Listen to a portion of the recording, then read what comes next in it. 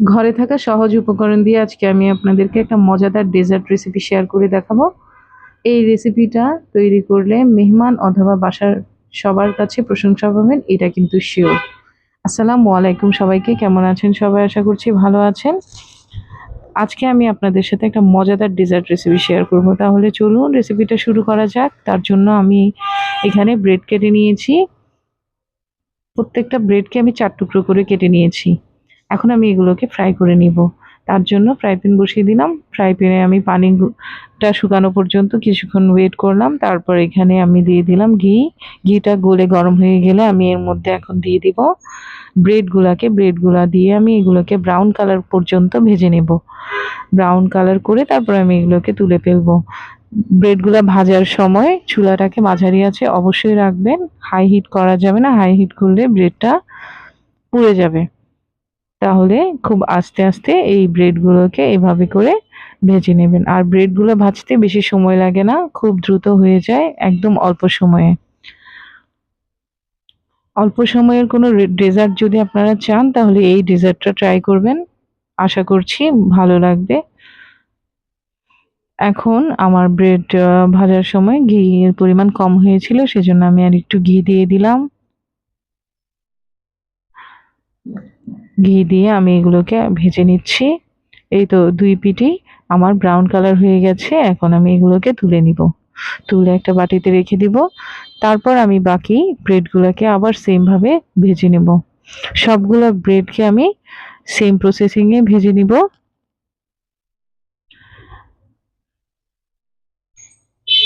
সবগুলা ব্রেড যখন ভাজা হয়ে যাবে তখন আমি প্যানের মধ্যে আর একটু ঘি দিয়ে কিশমিশ ভেজে নেব। ঘিয়ের মধ্যে কিশমিশগুলো ভেজে নেবেন।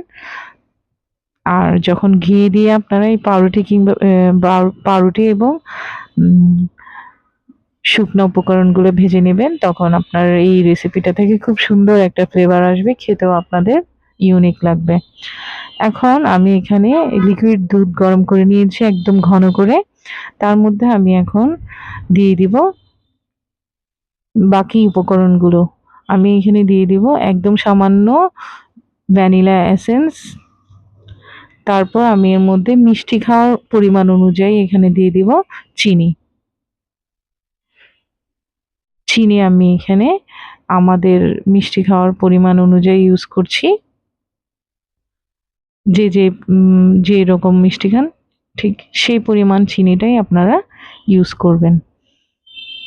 তারপর আমি এখানে দিয়ে দিব গুঁড়া দুধ 1 চা চামচ করে, 1 চা চামচ না, হাফ টেবিল চামচ পরিমাণ দিয়েছি। দিয়ে দুধটাকে ভালো করে মিশিয়ে নিব। আপনারা মিষ্টির ব্যালেন্স ঠিক রাখার জন্য এখানে একদম সামান্য একটু লবণ ইউজ করতে পারেন। এই তো দুধটা ফুটে আসলে তখন আমি তুলে ফেলবো। এরপর ব্রেডগুলোকে আমি যেটাতে সার্ভ করব ওই সার্ভিং প্লেট ডিশে নিয়ে নিলাম। নিয়ে তারপরে দুধগুলোকে উপর থেকে ঢেলে দেব। দেখুন দুধটাকে আমি উপর থেকে ঢেলে দিচ্ছি। একদম গরম করা দুধ উপর দিয়ে দিয়ে দিবেন।